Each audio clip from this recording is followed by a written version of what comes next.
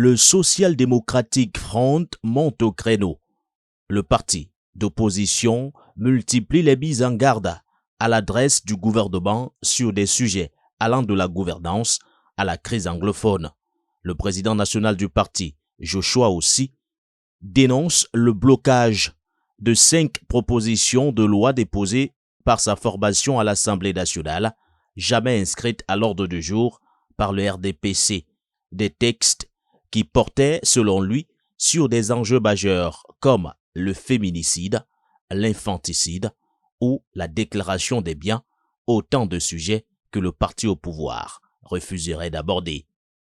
Aussi, le SDF avertit l'exécutif contre toute nouvelle tentative de report des élections municipales et législatives, lançant à cette occasion une campagne baptisée « Don't Touch Our Election ».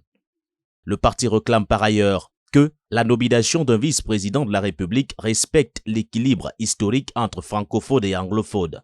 Il appelle l'ensemble des forces de l'opposition à se rassembler dans un front commun contre un éventuel report du scrutin, insistant sur la nécessité de s'unir dès maintenant plutôt que dans l'urgence. Le parti pointe la décennie de conflits dans les régions du Nord-Ouest et du Sud-Ouest, jugeant ses conséquences humanitaires, économiques et financières inacceptables.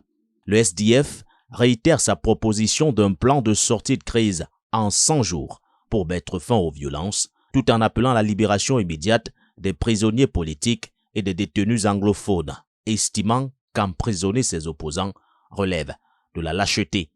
Le parti interpelle enfin le chef de l'État, l'invitant à rentrer au pays s'il se trouve bloqué à l'étranger pour des raisons médicales.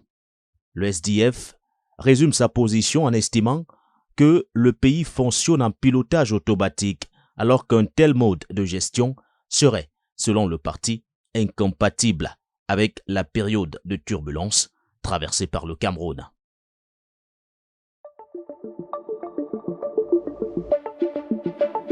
Le Messager télévision, à l'écoute du peuple.